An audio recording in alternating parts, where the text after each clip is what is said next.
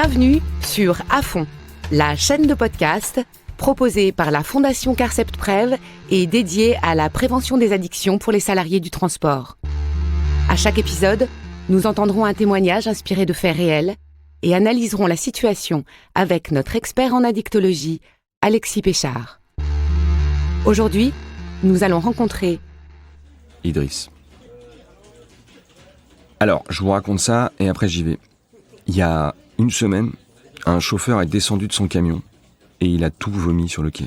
Il était complètement saoul. Je sais pas comment il avait fait pour arriver jusque-là, surtout qu'il venait de loin. Il n'arrivait même pas à marcher. Il voulait reprendre son camion, on a appelé les flics, ils sont venus, et quand il a vu qu'ils arrivaient, il est remonté dans son camion. Il est parti en défonçant une barrière. Après, je sais pas ce qui s'est passé, je sais juste qu'il avait fait tomber son passeport, donc on savait qui c'était. Franchement, ça m'a choqué.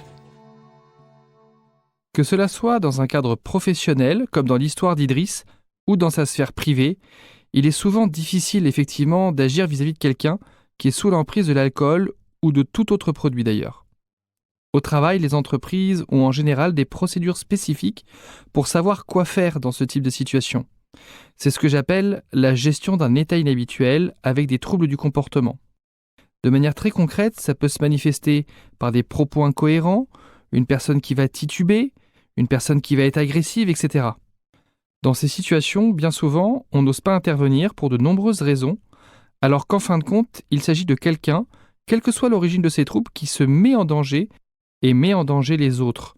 Vous êtes donc légitime à agir, c'est ce que j'appelle en sécurité la vigilance partagée. Je suis sûr que quand quelqu'un se blesse, vous ne vous posez pas la question. Et ces différents signes peuvent masquer par exemple un AVC. Est-ce que vous êtes prêt à prendre ce risque ? Je suis sûr que non.